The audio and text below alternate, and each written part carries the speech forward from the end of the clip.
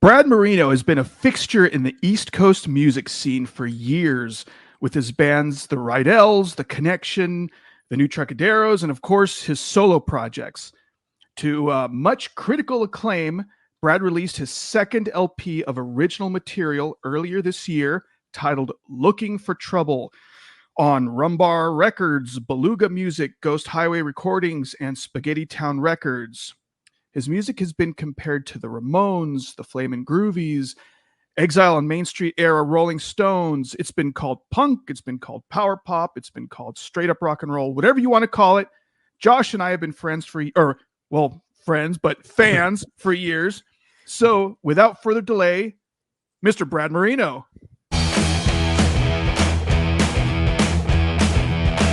When every day's feeling like a Monday morning, staying out late, kinda gets boring. Do what you wanna when you wanna do something now.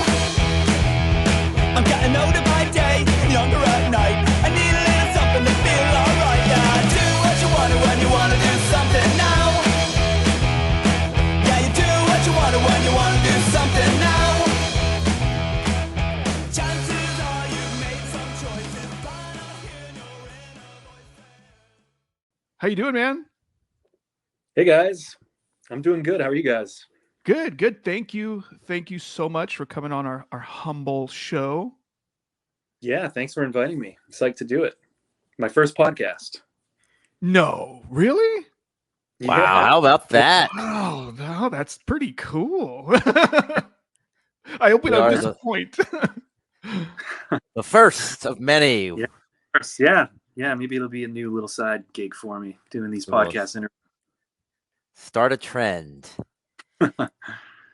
So a lot of people know you from The Connection. Not everyone remembers your previous band, Rydell's, which dated all the way back to 2004. Can you tell us a little about the history of Rydell's? Yeah, so the Rydell's, so that was like my first serious band. And they were already a band when I joined them. I think they started in like 2002. And it was the year I graduated high school, 2004, that summer that I joined up with them. And, at that point they were already, going pretty strong. They had done pretty much most of the songs that were on the first record that I did with them, Go Mental. They had recorded them and kind of released them on a little label here in New Hampshire called Spiral Records. And, they were sort of like becoming a cult favorite. And I had actually never seen them before I joined the band. But, like New Hampshire, it's kind of cool because we're such a small state. And, but we kind of have a pretty rich music history here. And even, like back then in like 03, 04, there was a pretty decent still like punk rock scene around here. There was like a lot of bands, and like the Queers were from Portsmouth. And That's right. at that time, yeah, so like, everybody liked the Queers. And, there was actually quite a few kids into punk rock, like in my high school. And I kind of had a circle of friends that were really into like the pop punk stuff when we were like teenagers, So in 03, 04, like junior, senior year of high school, I was like a big, it was all about like the Ramones and Screeching Weasel and the Riverdales and the Queers. And, thinking back on it now, it's kind of, funny to think of how many people were into that same type of music then, Yeah. And so a bunch went to shows and I would go, but I wasn't 18 until the end of July of 2004. So there were a few shows I couldn't go to back then, but I had like a band that just jammed. We did kind of like, we did like covers and some of our own stuff, probably the first like sort of attempts at writing songs. But the guitar player that we jammed with, Rich, would go to a lot of shows. He was really well in tune with the scene.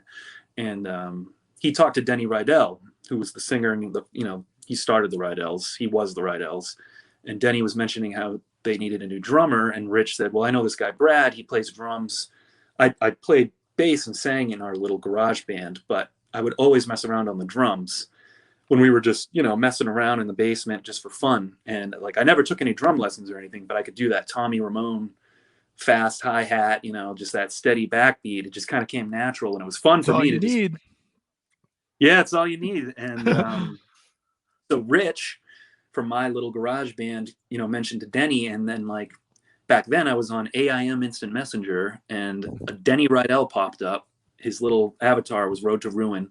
And, you know, he was, hey, I heard you play the drums and I'm looking for a drummer. And so that's kind of how I got into the band, kind of through my local like group of friends and pals, that kind of scene. It was basically like a job reference, you know, like Rich kind of got me the gig, so to speak, in the Rydell's. So, yeah, that was like my first real band. I was like, just turned 18 when I joined. You know, back then it's weird, like up here in New England, a lot of like shows are held at like Knights of Columbus or Elks Lodges. I don't even know if you guys have those. Oh yeah. Josh, sure, maybe. Oh yeah.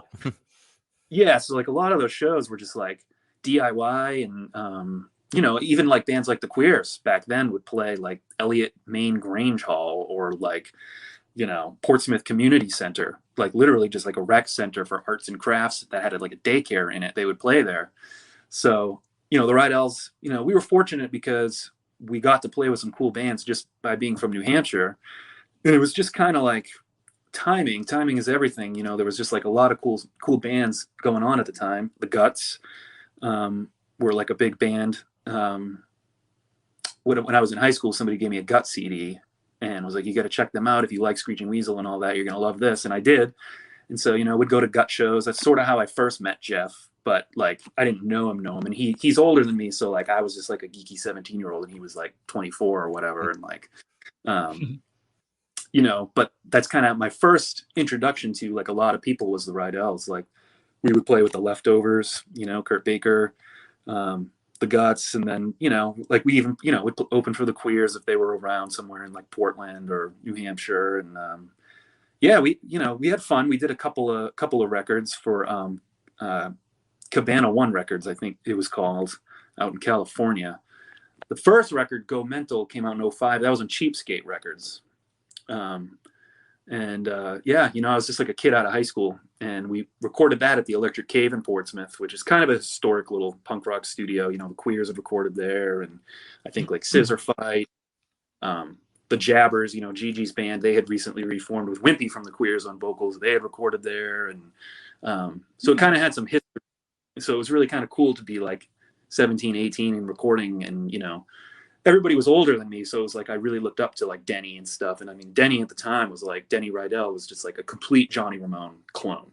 Like he had the little Come With Me chain on the leather jacket, the Keds. I mean, he would go to like stores and stuff and like thrift shops to look for like old Levi's that looked like Ramones. Oh, Levi's. That's sweet, man. Not a lot of people get the Keds detail, so that's kudos to him, man. Yeah, they go with the Chucks, but no, he was all about the Keds, the pro Keds, and yeah. So yeah, my first introduction into being like in a band that played shows and kind of like being in kind of like a community kind of aspect where you kind of network and meet people. And so yeah, we only did 2 albums, 2005 Go Mental, and then we did Rock and Roll's the Answer, I think came out in 2008. And we it's so funny that Joey Ramone released a record with the same name a few years later. So knowing Denny, he probably knew some guy who knew, like maybe he knew in advance. I have no idea. Like never know. So yeah, we had some fun time. Cool. So speaking of those Rydell's records, Pine Hill Records re-released them a couple years ago, didn't they? How did that come about? Yeah, so like they were obviously back then, it was the CD era in the mid 2000s.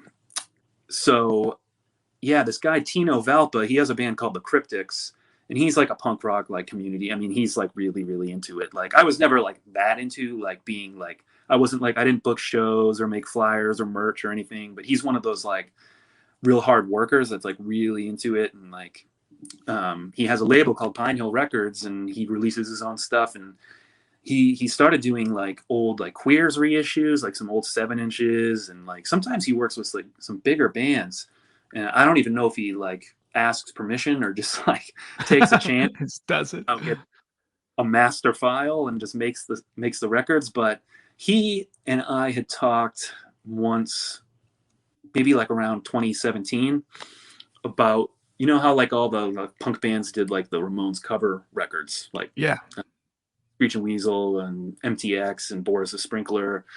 And he was thinking it'd be cool to have like somebody cover like a record that hadn't been covered before.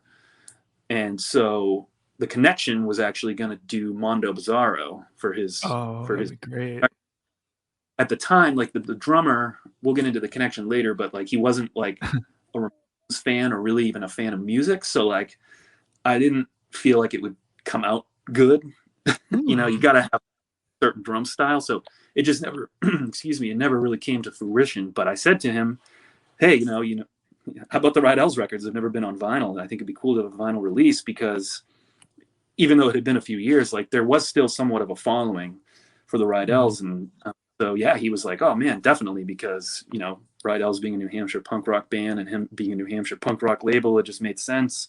And he just does like limited run, like 100 copies, and just tries to like make them and sell them, turn them around quick. So yeah, he did 100 copies of each Rydell's record, and yeah, they sold out, and they're probably on Discogs for like a couple $100 now. But really? Like I'll occasionally, you got a copy of that? And it's like, no, like I literally got like 2 copies. But you know, I think it's definitely cool. I'm like, you know, I like listening to vinyl and stuff, and that's the most #1 selling format right now. So I think it's cool to have like everything I've ever recorded on vinyl. So it was kind of cool, and it was cool for me to revisit the songs because I hadn't listened to them in a long time. And yeah, like I didn't even have any Rydell CDs, and then a few years ago, my wife and I were at a Bull Moose record store. It's like a New England kind of chain, and I saw a couple of our CDs in the used pile, and I was like, oh my God. But then our car didn't have a CD player, so. And I don't have one at home, so like I actually didn't really get to listen to him until I got the vinyl from Tino on Pine Hill. So yeah, just kind of came together. It's a long way of saying like I asked him and he said yeah. No, man, we want the stories in there. We want the tidbits. The true stories of how it happened. So let's talk about the Connection. I think everybody wants to hear about the Connection. So tell us how this band ended up forming. It was obviously a little different from the bands you and Jeff had done before, but certainly one of the best bands of the last 10 years. How did that all come about? Well, I appreciate that. And, you know, you calling us your band of the decade, right? Last decade. Yeah. Yeah, the Connection. So it's kind of cool to kind of go back to the first question with my little group of like punk rock pals that would go to shows and hang out and stuff. There was a girl I went to high school with, Jackie, and her best friend was Wimpy from the Queer's daughter. And the two of them were like a grade below me, but we all went to the same high school here in Rochester, Spalding High School. And so I knew her, and like when I first joined the Rydells, would bum along to shows with me. Like we just kind of had like a crew, and like she was part of it, and a bunch of people. Like we would just all go to the shows, or like I think there was like almost like at the time, like, wow, Brad's in the Rydells. Like, let's hop in that, you know, his dad's van and go with him to, you know, Worcester to play at this Knights of Columbus. And we just kind of had like this group of friends that were into punk rock and stuff. And so I knew Jackie, and of course I knew Jeff. I should say, you know, Jeff and Jackie are dating. You know, they're partners. And so all those years later, so like, I started to know Jeff more like around 07, 08 when I was a little older, and then when I would play shows, would shoot the breeze a little bit. But I didn't really know him. I wouldn't say that we were like friends back then. We were just more like, anytime there was like a show, it was usually the Leftovers, the Rydells, and the Guts. There was a lot of big 3-band bills like that. And so I moved to Portsmouth, New Hampshire in 2010. I was 23, and I was walking home. I had just moved in like the week before, and there was a bar down below my apartment on the corner called the Rusty Hammer. And as I was walking into the apartment, I noticed Jackie was out smoking a butt with a few people. And, I went up and said hello, and, we hadn't seen each other in a while. And she's like, oh, come in and have a beer. So I kind of went into the Rusty Hammer, and Jeff was there, and he was like, oh, it's Brad from the Rydells. Cool. And like, we just hung out all night that night and had beers at the Rusty Hammer. And that just started like this big time friendship between Jeff and I. Like I really got to know him as a person, and he got to know me. And, it was Jeff and Jackie kind of opened my world up to like a whole bunch of different people and experiences. And like he had a band at the time that was kind of like country, the Jeff Useless band, I think it was. And I'd tag along to some of his shows, and I really got to know Jeff, and, we just bonded over our love of, beer and Ramones and Dave Edmunds and Nick Lowe records and Beatles, Stones. We would just hang out till the wee hours of the morning listening to records and having a good time. And really, so it was kind of funny that like my high school friend Jackie kind of brought me into Jeff's circle, where like I started hanging out with them a lot more. And as for how the band really got started, like about a year after that, I had been working on just a couple songs. I don't know, I just randomly got the itch to try to write. I was never really a songwriter until about 2011. Like I wrote a couple songs for the Rydell's, but I could never really write like in a specific style. Like the Rydell's were obviously like a Ramones core, I hate that word, type of band. Like it was really hard for me to write in like that specific style. And I was younger, so now I was a little older and I had more influences and more knowledge about music. And so I had written a couple of tunes, kind of like, you know, half joking, really, like, you know, kind of trying to be like early Beatle, like, so I wrote like the song, I Want You, All You Gotta Do, a couple of songs. And I was hanging out with Jeff one day and he was actually rehearsing with his buddy Drew from his band. And when Jeff went to go take a piss, I was playing, he handed me his guitar, so I was just kind of playing some of my tune ideas. And when he came back, he was like, what was that? Like, dude, what was that? And I was like, oh, it's just like an idea I had. He's like, dude, that's awesome. And like pretty much that was the end of the Jeff Useless band and the start of the connection, because Drew left, like me and Jeff just started finishing my song ideas. And then the next thing you know, he had Little Lies and I had, you know, It's All Right. And then we wrote Stop Talking together. And we just like, it just took off like a freight train. It was like really organic and just kind of like, just the creativity. Like, I think because like Josh, you mentioned, we came, you know, we loved all kinds of music, but we were doing more like punk rock type stuff. So like, I think we were both super energized by like doing something new for each of us, you know, trying to write more like hooks and like playing a little more like the Chuck Berry style. And like, we were just like really excited. So that's how like me and Jeff got together and the band started. And I recruited, so Andy Rydell was the bass player for a couple of years in the Rydell's, you know, the last 3 years or so I was in the band. And me and him had always tried to start a band because he looked like Dee Dee Ramone. And like everybody thought Dee Dee, he really did. And me and him would jam with different drummers and just try to get a band going, try, and we never could. So as soon as me and Jeff had something going with these tunes, I recruited Andy Rydell, and then the original drummer's name was Chris. And so that original lineup, you know, it was a lot of fun because we were really like just like like-minded people. And we went full into it. You know, we wore the skinny ties and the suits and the Beatle boots, and like it was totally like lame, but you know, it was like to us it was like exciting because it was like new and just these songs were really good. And like, you know, because of Jeff's background, like touring around, and like even at the time he was also playing with Kurt Baker, who was just getting his solo career post Leftovers off the ground. And they had done like a European tour that same year in 2011. And I think that that's kind of how word got out about the connection, because we had released like a couple of the songs like digitally. Then we recorded a few more and made an album. And Jeff and I pressed 100 copies on white vinyl and total DIY. And it probably back then only cost a couple $100 10 years ago. And we sold out of the 100 copies within like a couple of days. And we just really noticed people digging it online and social media and YouTube comments. So yeah, it was kind of a whirlwind, like, because we went from not being a band, starting a band, being really excited about it, and then realizing that people were excited about the band.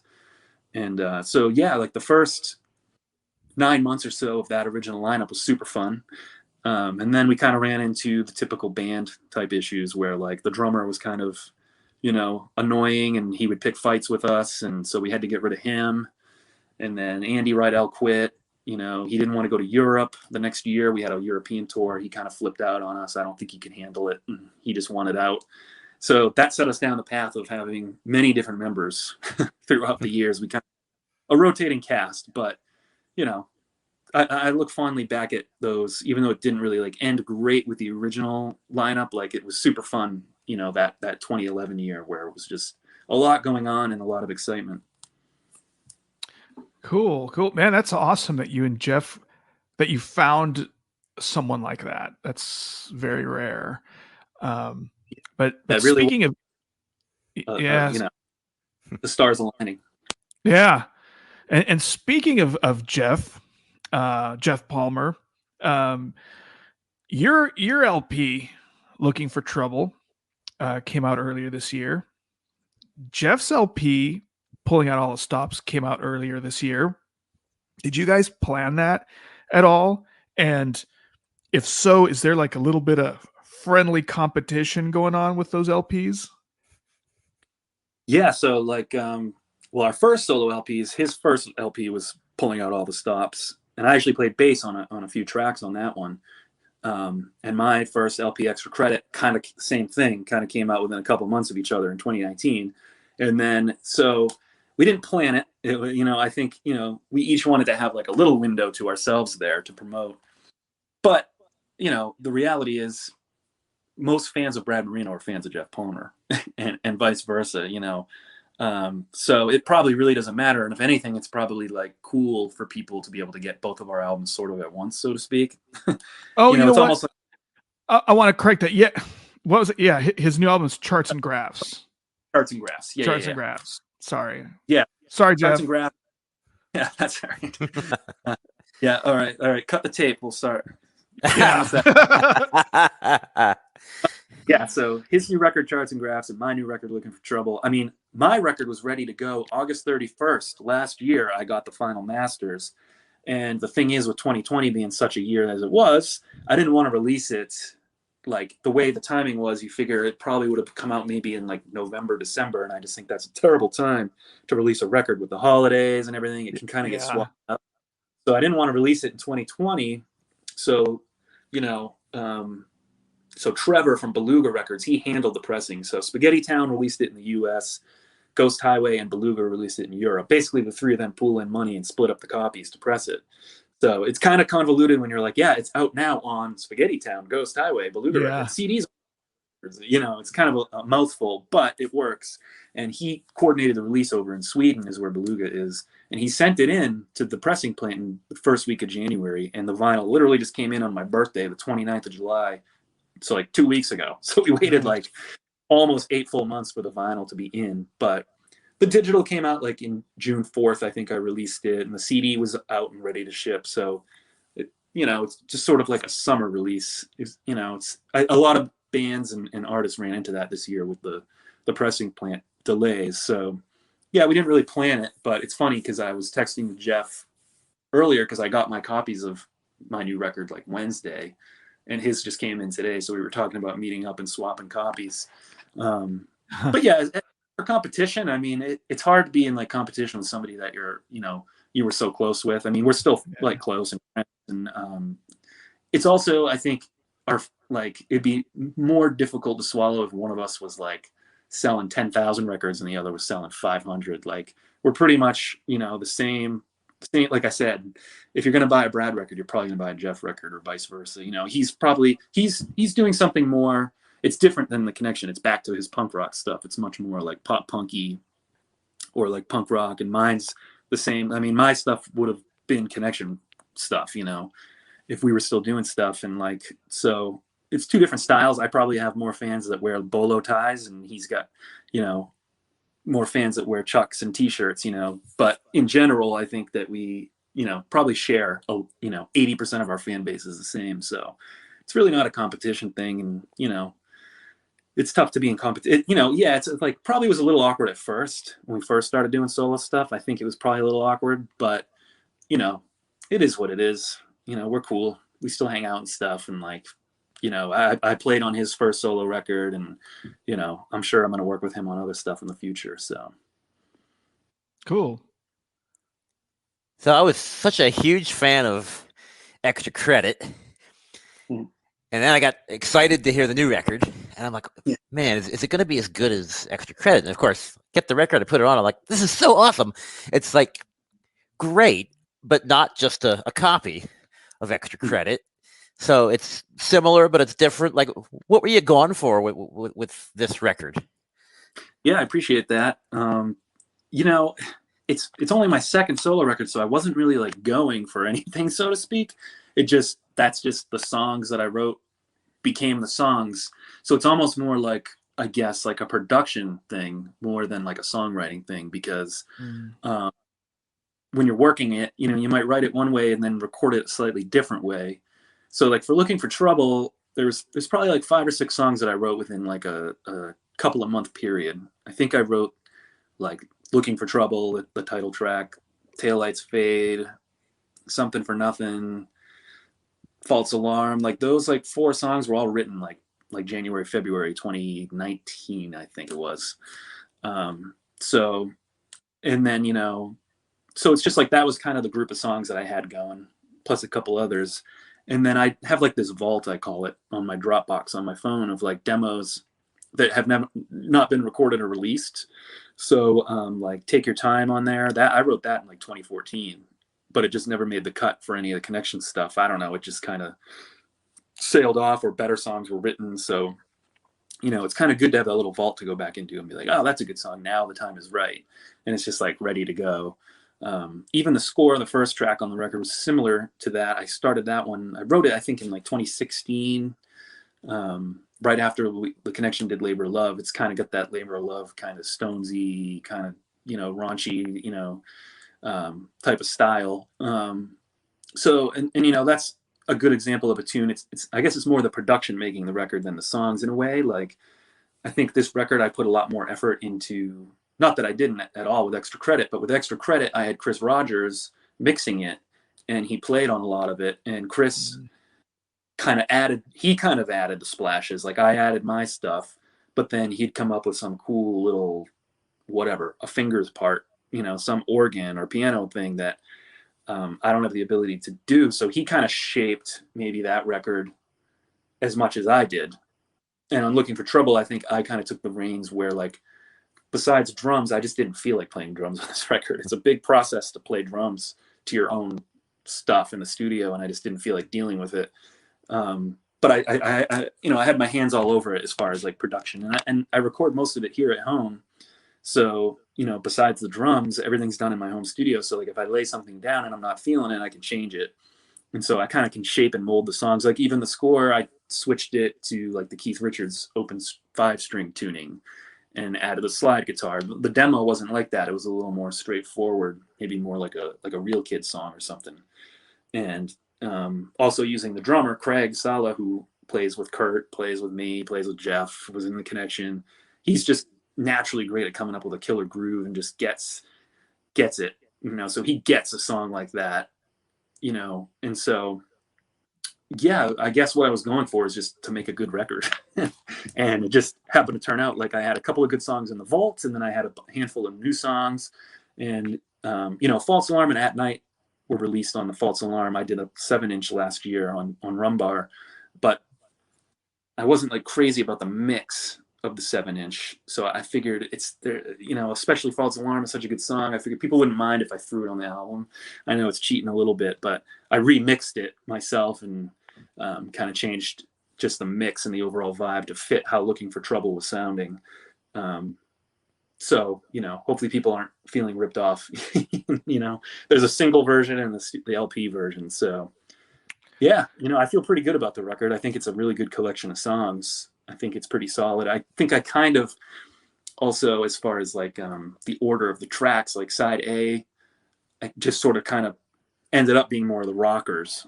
And then side B is a little more of the pop, the power pop. You know, it's got like Take Your Time, Fell in Love Again, some more like jangly tunes, where side A is more just like the garage rock or like Stonesy rock and roll, you know, kind of, you know, Teenage Head era, Flamin' Groovies, that type of thing. Yeah. Well, one of the songs that stood out to me was Tripwire, which to me kind of sounded like a Link Ray, Dick Dale vibe kind of thing. Were those guys influences on your playing? Yeah, I mean, I like those guys. I wouldn't say they're like huge influences on my playing. You know, I don't really know where that song came from. It's just funny, you know. It started with just like the couple of minor chords, that little like the background music really. And I thought at first it kind of sounded like Rubber Soul Beatlesy or something. And I actually reached out to Kurt Baker to see if he wanted to try to collaborate on it, because I thought it could sound cool, like kind of a mid-tempo, like Michelle type of song maybe or something. And then I was just like, oh man, when I laid it down, I did the demo a little faster. And I just, instead of like coming up with lyrics, I just played some stuff on the guitar. And I was like, oh man, this has got to be like a Dick Dale type of tune. It's cool, man. I dug it. Yeah, a lot of people dig that one. I definitely dig it. It's just, I can't really pinpoint like where exactly it came from. It was just 2 chords, and then you know what, this is just going to be a total surf rock instrumental, like, Quentin Tarantino. I got to send it to him maybe for.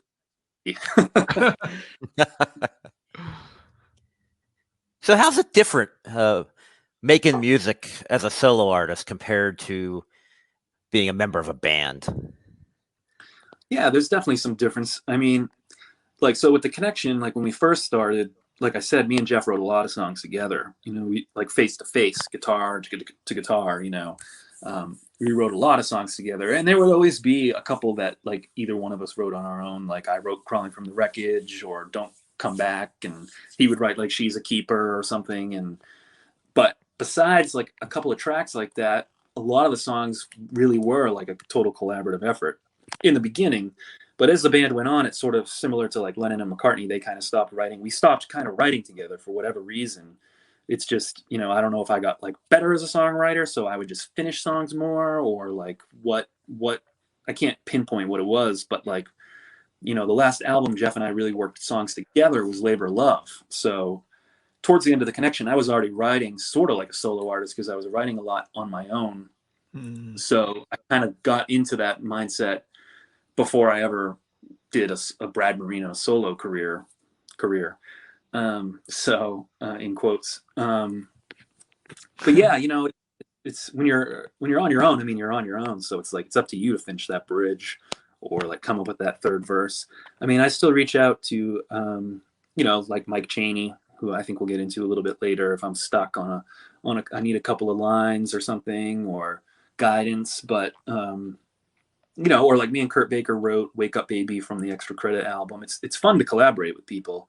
But yeah, it's definitely a little different because it's probably a little more pressure to it because you don't have it's your name on the record and it's your songs. So like if they're not up to snuff, then it's kind of reflects poorly more so on you than like a band. You don't have the band to hide behind, So so far so good, I would say on that front. So it's different, but it's again kind of like it's more the production aspect. Again, to go back to that, it's just like it's up to me how I shape it, which I kind of like it.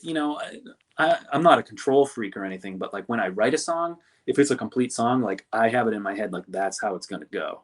Like can add like fingers, you can add your organ or piano or like, but like I think I actually work better on my own than being in a room with other musicians. Sometimes if you want something done right, you just got to do it yourself. And like sometimes like, and I'm fortunate that I can play a lot of the instruments, and sometimes you just like, and maybe it's like a fault of mine, maybe it would be better to have somebody else play the bass on a track or something, but sometimes I just feel like I just want to do it. I have a feel for it, like it's my baby. I want to like shape it the exact way that I hear it in my noggin. So but I definitely like on Looking for Trouble did collaborate more with different musicians. I had like B-Face from the Queers plays bass on a few tracks, and like recruited Craig to play drums. Bobby Davis is on there. He was in the connection. He plays some acoustic guitar. So it's fun to collaborate with people, but the actual songs, that's the main difference. It's all on you. Cool. So yeah, speaking of Mike Chaney, one of the recent projects that you guys did, the new Trocaderos. Can you tell me a little bit about that band and like how it came to materialize? And are there any plans to record with that group anytime soon? Yeah, so it really wasn't that recent now. I think the last thing we did was maybe like 2015. I think something like that. It was cool. It was the brainchild of Mike Chaney. He's just so like he is, when we met him, online or whatever, he was like in his 60s, and he's just like a big rock and roll fan who I guess found the Connection's first record, New England's Newest Hitmakers. He was like one of the first people on the train of like being like, these guys rock. I like, this is great stuff. He's a big music buff. He's big into the Beatles and Stones and Dylan and all that. So like, I think he appreciated what we were going for. And then he found Kurt, and then he found out that Kurt and Jeff played together in the Kurt Baker band. And, we all knew each other and lived within, 45 minutes of each other. And so, he messaged, I want to say Jeff, like in 2013, autumn of 2013, and said, I have these couple of tracks. Do you, Kurt, and Brad want to record them? And so Jeff worked out the demos. It was a song called Money Talks. Great, great song, by the way. Yeah, that's a great tune. That's all Mike. So he doesn't play any instruments. I mean, he plays just enough guitar to, like, you know, kind of give you an idea of what he's hearing. Like he was very particular. Like Jeff did the solo, but I had to do the Chuck lick that repeats in that tune because he's just like, it's got to be this exact way. So we did those, the three of us. I played drums and guitar, and Jeff did guitar, and Kurt did bass, and we traded off vocals and did those two songs to start. It was just sort of a one-off fun thing. And, you know, The Kids was the coolest song on Little Steven's show. And so that was exciting. We were like, cool, you know, it was a fun chance for like me, Jeff, and Kurt to be in a band together, albeit briefly. And then he wanted to do, then we did another EP, and then he had like a whole album that, you know, Jeff, Kurt, and myself each kind of were assigned, so to speak, 3 or 4 songs to do demos for and like help him finish. And he had like 90% of the songs. I mean, we didn't really help write much of it, of that album called Thrills and Chills. It's really mostly Mike. You know, we were the musicians, we were the hired help, we were like, you know, the wrecking crew. You know, he had the ideas and we had the ability to play them. So it was really fun to do that record. It was really fun. I remember, you know, just being really impressed with, like, it was my first time ever recording like with Kurt. You know, I went way back with him and stuff, but seeing him do the bass and then having Fingers and him like come up with like vocal harmony ideas, it was really like impressive to me the way we made that record. Just like, and it was cool for me, like, not to have to be the only one singing or whatever. Like when The Connection did a record, you know, I did the lead and the backup vocals, and like, you know, it was cool to sit back and like maybe just do like a harmony vocal on a track rather than the lead or whatever. And I don't know, it was just cool. It was like total like rock pile. Like that's kind of what it was, you know. We were trying to do our take on that. So yeah, it was super fun. But then what sucks is I think we would have done more, but Kurt got signed to Wicked Cool, Little Steven's label, and I think he had like some, I don't know if it's just like the producer didn't want him to do anything. I mean, he still had a million other bands, so it was kind of confusing because like when he moved to Spain, he had like Bulletproof Lovers and The Gold. He had all these bands, but I don't think he was like allowed, quote unquote, to do the new Trocs anymore. So like that was sort of the end of that, which sucked, you know. And we've kicked around the idea of doing more stuff, but really, I don't know if Mike really writes as much anymore. He's got to be like 70 now, maybe. He's probably gonna get mad that I said that, but really, so like the Trocs, so for like on Extra Credit, my first solo record, he wrote 2 of the songs, Fit to Be Tied and Don't Do the Crime. So like those might have been Troc songs, but like my Trocadero songs. So I did those, and then on the new record, there's one called Fell in Love Again that he wrote, and there's like a bonus track called True Love that he wrote. So like the Trocadero songs are getting spaced out. Like I know he wrote a couple with Jeff. There's one on Jeff's new record that like Jeff showed me way back in like 2011, and we were gonna write it, but just kept falling to the wayside. And I think Cheney helped Jeff finally finish it. So like he's still like, we're still sort of doing the Trocs, but like now instead of the Trocs, it's like, okay, a couple songs on Brad's record, a couple songs on Jeff's type of thing. Maybe someday we'll do something. I don't know. Cool. Yeah, Mike Cheney reached out to us when we were doing Audio Ammunition, and man, I emailed back and forth with that guy a ton. Just like you said, talking about music, talking about anything, man. He was just one of the coolest guys. So it's like I kind of got to know him kind of well. I feel. I think I remember that. I think I remember him mentioning you and Audio Ammunition, and you know, both of you really. You know, he's always like talking about Lord Rutledge too. So yeah, he's a cool guy. It was just, again, like kind of weird, like twist of fate. Like he heard our music and we met him. So like we didn't ever meet him in person until we were in Cleveland, Ohio in 2014. So like we did the Kids Money Talks single. We did another single EP or whatever. And then in 2014, his brother works at the Rock and Roll Hall of Fame and somehow finagled. So The Connection like opened for Hall & Oates when they were inducted to the Hall of Fame you know, Wow. they do the Hall of Fame class. One of the acts does a show like the night or week before in the Cleveland Coliseum. So like the Connection did it. And that was the first time we met Cheney in person. And so it was kind of funny, you know, it was kind of like, you know, he was a cool cat. He was dressed all in black, smoking his Marb Reds, and he kind of hung out with us. And then he flew out to Portsmouth, New Hampshire, for us to do the Thrills and Chills record. So he was right there in the studio with us for that one. Nice. But yeah, I probably haven't seen him in person since 2015. It's kind of weird, but you know, we still talk and collaborate, so it's cool. Yeah, it's so cool.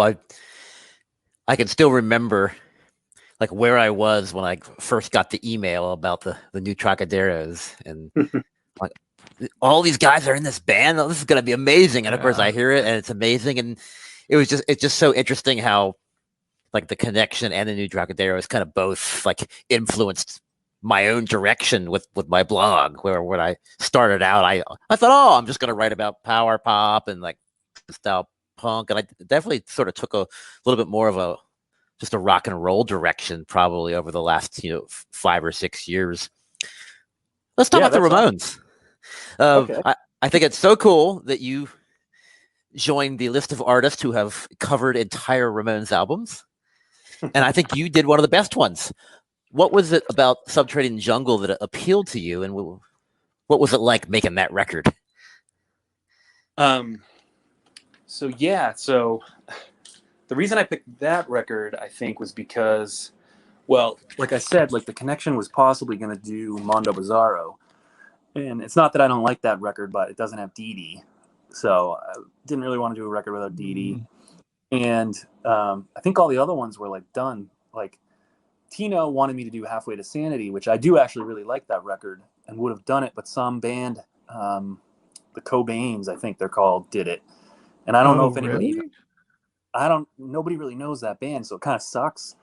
But it was like, if I do it, that's all, somebody's going to say something or whatever. So I just figured I'd roll with Subterranean, because I also like, it's one of my favorite Ramones records from like the 80s or whatever, I've always liked how that record, I mean, people hate on the production, but it's kind of cool to mix it up. Like they couldn't win as a band. It's like if you make the same record, if you make Rocket to Russia 20 times, then you're just making the same record. If you mix it up, well, it doesn't sound like them. So I've always kind of liked that record, and even though it has 3 covers, they're pretty cool covers. A really hidden power pop gem. I Need Your Love, and then obviously a little bit of soul.